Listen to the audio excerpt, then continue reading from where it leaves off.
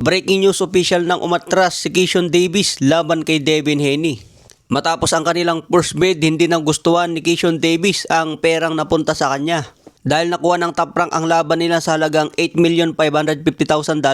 Dahil 2.1 million lang ang napunta kay Keyshawn Davis, hindi po niya nagustuhan mga boss. Kaya umatras na lang bilang mandatory challenger.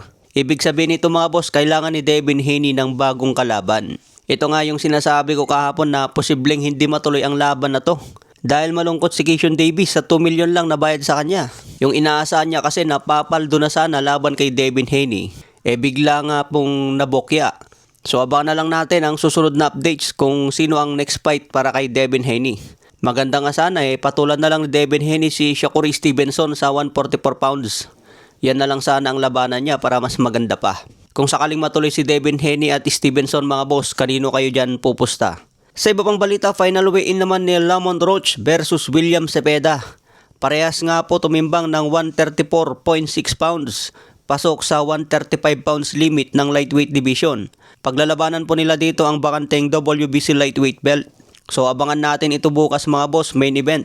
Magandang bakbakan din ito dahil pinangako ni Lamont Roach na makipagsabayan siya kay William Cepeda. Kilala naman si William Cepeda na volume puncher. Pero tingin ko makipag-outbox lang itong si Lamont Roach mga boss.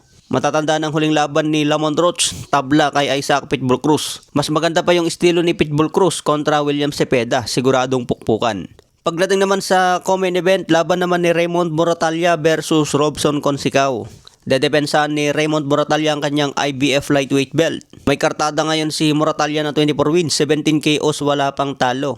Samantala si Robson may kartadang 21 wins, 10 KOs, may 3 talo na. Yan po yung main event at co-main event na bakbakan ngayong linggo.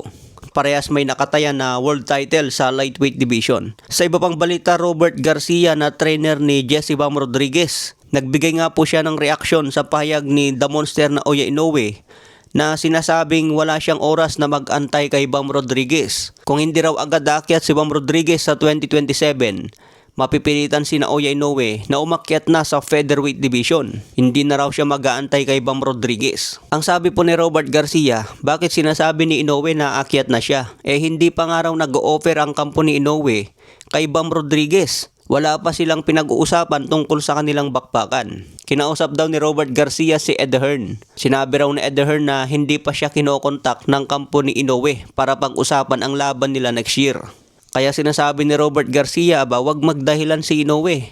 Dahil kung nandyan na ang offer nila, sigurado naman daw na aakyat agad si Bam Rodriguez. Sabi pa ni Robert Garcia, Mexican fighter pa rin ang tatalo kay Inoue. Kung hindi raw si Bam Rodriguez sa 122 pounds, matatalo si Inoue kay Rafael Espinosa sa featherweight division. Kaya pasensya na raw sa mga fans ni Inoue dahil hindi raw siya makakatakas sa kamao ng Mexican.